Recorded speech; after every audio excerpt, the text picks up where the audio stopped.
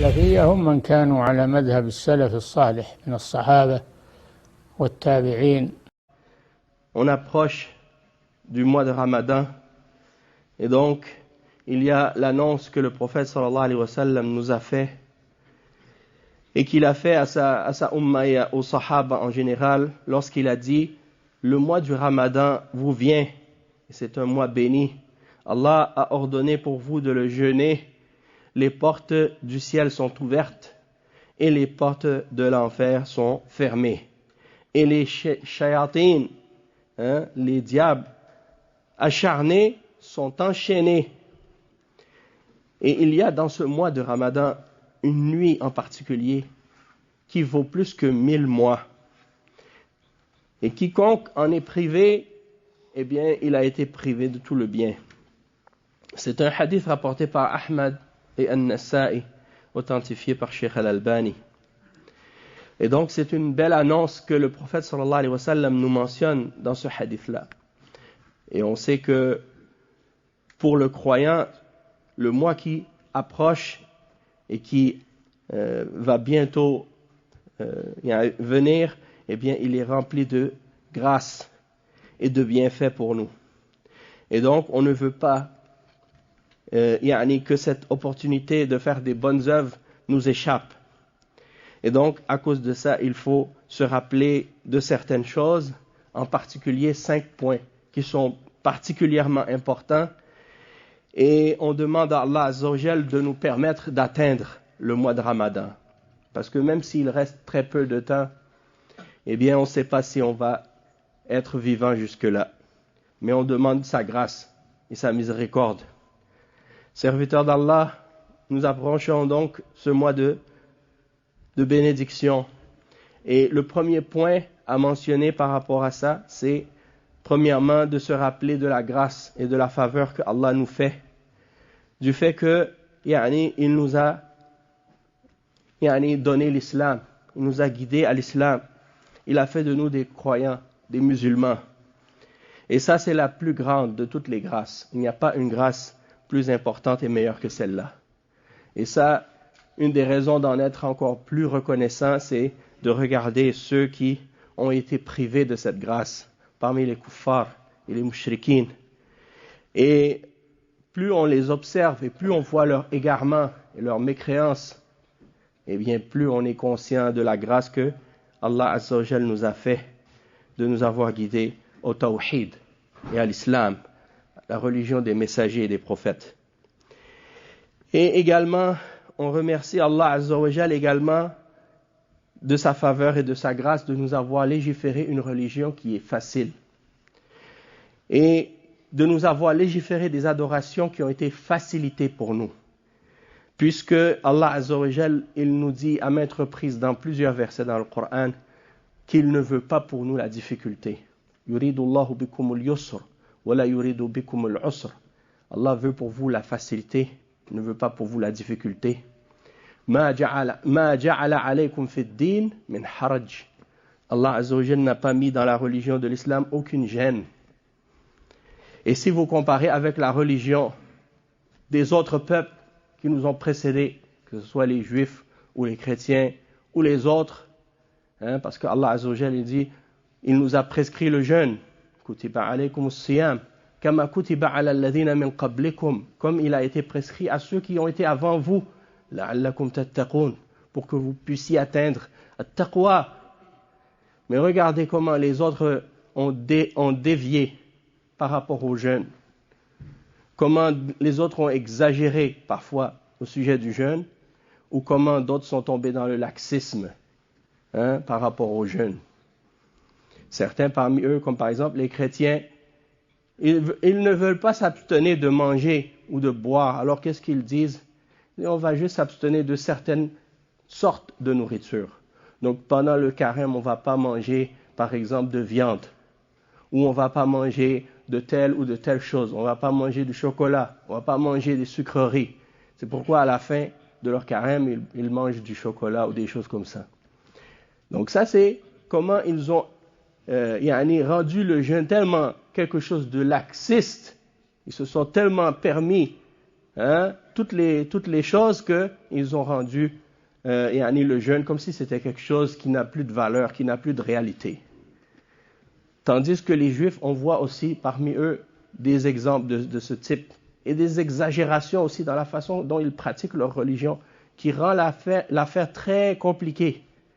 C'est pour ça qu'il y a très peu de Juifs parmi les Juifs qui sont capables même de pratiquer leur religion. Pourquoi? Parce que leurs règles sont très très compliquées, très dures. Et une des raisons pourquoi leur religion est tellement dure, c'est parce que Allah Azza wa Jal a voulu les punir pour leurs transgressions et pour leurs péchés et pour leur obstination à contredire les règles d'Allah. Donc Allah Azza wa Jal, il dit dans le Coran qu'à cause de leurs transgressions et de leurs péchés, il les a punis et il leur a endurci les règles.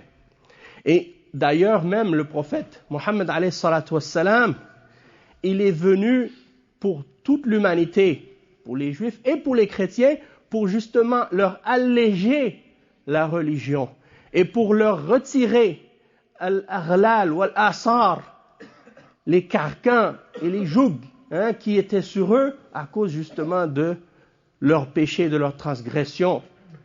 Allah Azza wa Jal a voulu même pour eux la miséricorde. Il leur a envoyé le prophète de l'islam, qui est venu comme une miséricorde pour les mondes. وَمَا جَعَلْنَاكَ إِلَّا رَحْمَةً لِلْعَالَمِينَ. Nous ne t'avons fait que comme une miséricorde. Nous ne t'avons envoyé que comme une miséricorde pour les mondes. Mais ils ont refusé cette miséricorde. Ils n'ont pas voulu l'accepter. Ils ont dit non, on reste dans notre malédiction. On reste dans notre punition et dans notre châtiment. On ne veut pas ce que Allah nous donne de sa grâce. Mais, alhamdulillah, la Ummah de l'Islam a accepté cette grâce et l'a reconnue. Et a été reconnaissant pour cette grâce. Et c'est notre devoir, en tant que musulmans, d'être reconnaissant envers Allah Azza wa Jal, de nous avoir légiféré la religion parfaite. La religion qui est remplie de bien et de miséricorde pour nous et qui est facile. Et de demander constamment à Allah, comme le prophète sallallahu alayhi wa sallam nous l'a enseigné, et en particulier il l'a enseigné à un des compagnons, Mu'adh ibn Jabal, il lui disait, n'oublie pas ou ne néglige pas de dire, après tes prières, Allahumma a'inni ala dhikrika wa shukrika wa husni ibadatik. C'est-à-dire, oh Allah, aide-moi à ton rappel, à faire ton rappel, à être reconnaissant envers toi, de te remercier pour tes grâces et à bien t'adorer. Wa husni ibadatik. Et donc, si tu demandes à Allah Azza wa Jal ces choses-là, c'est sûr qu'il va te faciliter cette adoration-là en plus. Parce que, pour certaines personnes qui ont une foi faible ou bien qui ont une tentation pour les péchés, eh bien, c'est difficile peut-être pour eux, parfois, de faire le ramadan. Et même certains, ils voient le ramadan comme une punition. Ou certains, même quand arrive le ramadan, ils sont tristes. Et ils ont juste hâte que le ramadan soit fini. Pourquoi? Parce que c'est des gens, malheureusement, qui n'ont pas compris le bienfait et la grâce qu'il y a dans le ramadan. Donc pour eux, c'est juste une coutume, une tradition, quelque chose que leurs ancêtres ont fait et puis eux, ils le font. Ils ne font pas le ramadan comme une adoration pour Allah, pour se rapprocher de lui, pour obtenir sa grâce au jour de la résurrection. Non, malheureusement, ils font ça juste parce que c'est culturel, parce que c'est une coutume, parce que c'est comme ça que les gens font dans leur pays. Alors que dans leur cœur, ils n'y croient pas. D'ailleurs, beaucoup d'entre cette catégorie de gens, eh bien, ils ne font pas la salat. Ils font le jeûne, mais ils ne font pas la salat. Et beaucoup des obligations de la religion, ils les négligent. Donc, c'est des gens, malheureusement, qui sont passés à côté du but de la légifération du jeûne. Troisièmement, parmi les choses qu'on peut mentionner, c'est de se rappeler de nos manquements et de savoir que peu importe ce qu'on fait comme adoration, comme jeûne et comme bien, comme prière, il faut toujours savoir et rester conscient qu'on n'a pas adoré Allah comme il se doit. On ne l'a pas craint comme il se doit et que même si on l'a adoré et qu'on a fait des efforts dans la religion, il ne faut pas penser que Allah est satisfait de nous ou qu'on a fait ce qui est suffisant. Il faut toujours se remettre en question. Déjà, le fait d'avoir accompli les adorations, est-ce qu'on les a accomplies correctement? Est-ce qu'on a fait les adorations de manière satisfaisante pour Allah? Est-ce qu'il va les accepter, ces adorations-là? Tout dépend de notre sincérité. Tout dépend de la façon, le perfectionnement qu'on a eu dans la façon d'établir ces adorations-là. Ce n'est pas juste de les faire, mais de les faire bien, de les faire sincèrement. Parce que faire, c'est une chose, mais ce n'est pas suffisant. Et c'est pourquoi, peu importe qu'est-ce qu'on a fait, eh bien, il faut savoir que, si on veut que Allah les accepte, il faut les faire correctement. Et il faut savoir que même si on les a fait correctement, eh bien, il faut avoir la crainte, malgré tout, que Allah peut-être ne les acceptera pas. Et le fait d'avoir cette crainte et cette humilité vis-à-vis d'Allah, c'est ce qui fait que lui va avoir miséricorde de nous, va avoir pitié de nous et va nous augmenter en piété et en foi. Et Aïcha radiyallahu anha, elle a demandé au prophète sallallahu alayhi wa sallam, à propos d'un verset dans le Coran dans lequel Allah Azza wa Jal dit « Ceux qui donnent ce qu'ils ont donné » ou ceux qui donnent dans le sentier d'Allah de ce qu'ils ont donné comme sadaqat ou autre, alors que leur cœur est rempli de crainte à l'idée de revenir à Allah, leur Seigneur. Donc elle a demandé au prophète sallallahu alayhi wa sallam, est-ce que ce verset-là parle des gens qui font des péchés, qui boivent de l'alcool ou qui volent? Et le prophète sallallahu alayhi wa sallam lui a répondu non, ya Aïcha. Ce verset-là ne parle pas des gens qui sont musulmans et qui commettent des péchés et qui ont peur de revenir à Allah, non. Il parle de ceux qui font le jeûne, de ceux qui font la salat, et qui donnent en sadaqa, et qui s'écartent des péchés, mais ils ont peur que Allah n'accepte pas ces œuvres-là de leur part.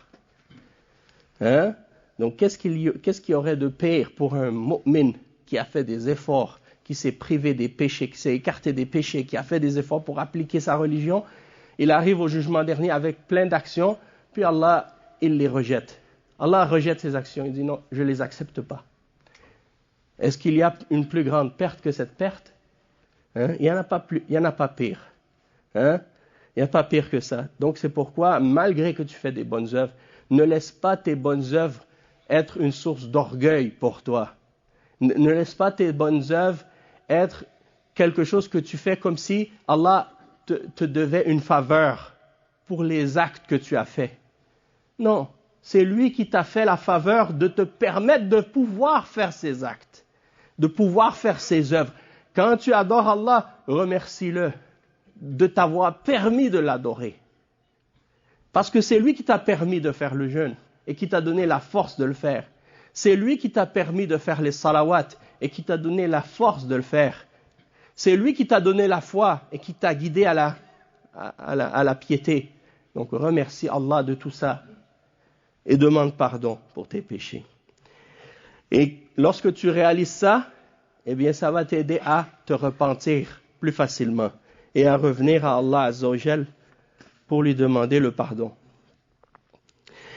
Et parmi les choses également importantes, parmi les points qu'on doit se rappeler parmi les choses du mois du Ramadan, c'est de se rappeler que le jeûne qu'on fait, c'est pour Allah qu'on le fait. Comme j'ai dit tout à l'heure, c'est pas pour une question culturelle, c'est pas pour une tradition, c'est pas pour faire plaisir à nos parents, c'est pas pour faire plaisir à la société. Non. Si on est dans une société musulmane ou un pays musulman, tout le monde jeûne. Mais on ne le fait pas parce que tout le monde le fait, parce qu'on veut être comme tout le monde. Non, on le fait principalement et fondamentalement pour Allah seulement, pour son agrément, pour son plaisir, pour sa grâce, pour obtenir sa récompense. Et le prophète sallallahu alayhi wa sallam, d'ailleurs, il dit dans le hadith que tous les actes, comme le prophète il dit que Allah Azza wa Jal, il mentionne ça dans cette parole, il dit tous les actes des fils d'Adam sont multipliés, chaque bonne action que tu fais en vaut 10, ou même jusqu'à 700 fois plus, excepté le jeûne, car il dit c'est pour moi, le jeûne il est à moi, et c'est moi qui va le récompenser. parce qu'il a laissé son désir, sa passion et sa nourriture pour moi. Donc le serviteur, il délaisse sa nourriture, il délaisse ce qu'il mange, ce qu'il boit, et les rapports avec sa femme, il laisse ça pendant le ramadan. Il se limite à l'agrément d'Allah Azza wa Jal. À cause de ça, Allah va le récompenser de façon particulière. Et le prophète sallallahu alayhi wa sallam a dit, ce qui signifie quiconque jeûne le mois de ramadan avec foi et qui le fait pour obtenir la récompense d'Allah, Allah va lui pardonner tout ce qu'il avait fait comme péché précédent. Et la dernière chose également, parmi les choses qu'on peut mentionner par rapport à l'importance pour les préparations du ramadan, c'est de se rappeler que l'adoration qu'on fait, c'est pour nous-mêmes. Allah, il n'a pas besoin de notre jeûne ou de notre adoration ou de quoi que ce soit. Et si on ne le faisait pas, ça ne lui ferait aucun tort. Et ça ne le diminuerait en rien. Le jeûne et les adorations qu'on fait, c'est pour notre bien à nous. Et c'est pour que ce soit une miséricorde pour nous. Et dernièrement, lorsqu'on fait le jeûne, on cherche à concrétiser et à réaliser la piété. C'est-à-dire, c'est ça le but ultime de l'application du jeûne. C'est pour atteindre at-taqwa. Donc ce jeûne-là, qu'est-ce qu'il va avoir comme effet sur nous? Il va avoir un effet sur nous qu'il va nous aider à délaisser les péchés, à délaisser les interdictions, parce que ça fait diminuer en nous la force du désir vers le mal, vers le péché, parce que notre corps il est affaibli, et on sait que le shaitan il circule dans le corps de l'homme comme le sang, et donc quand il n'est pas alimenté par de l'énergie, le corps il est plus affaibli, donc il a moins de force pour faire des péchés, et il a plus de force et de concentration à faire des adorations, et à faire le bien, à lire le Coran, à faire la salat, à se rappeler d'Allah. C'est ce qui va l'aider à se réformer, à se changer, à modifier ses mauvaises habitudes et à adopter des bonnes habitudes. Et à se rappeler que ce qu'il fait, il le fait pour Allah. Parce que le mu'min, il s'entraîne également par le ramadan à la sincérité dans son adoration.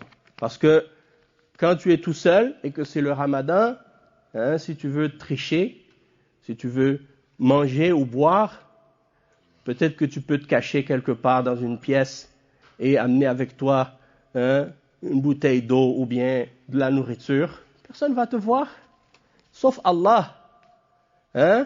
Donc si tu veux tricher, c'est facile de tricher. Mais tu triches qui? Et tu mens à qui? Tu mens à toi-même. Et c'est toi-même que tu triches. Parce que Allah, lui, tu ne peux pas le tricher.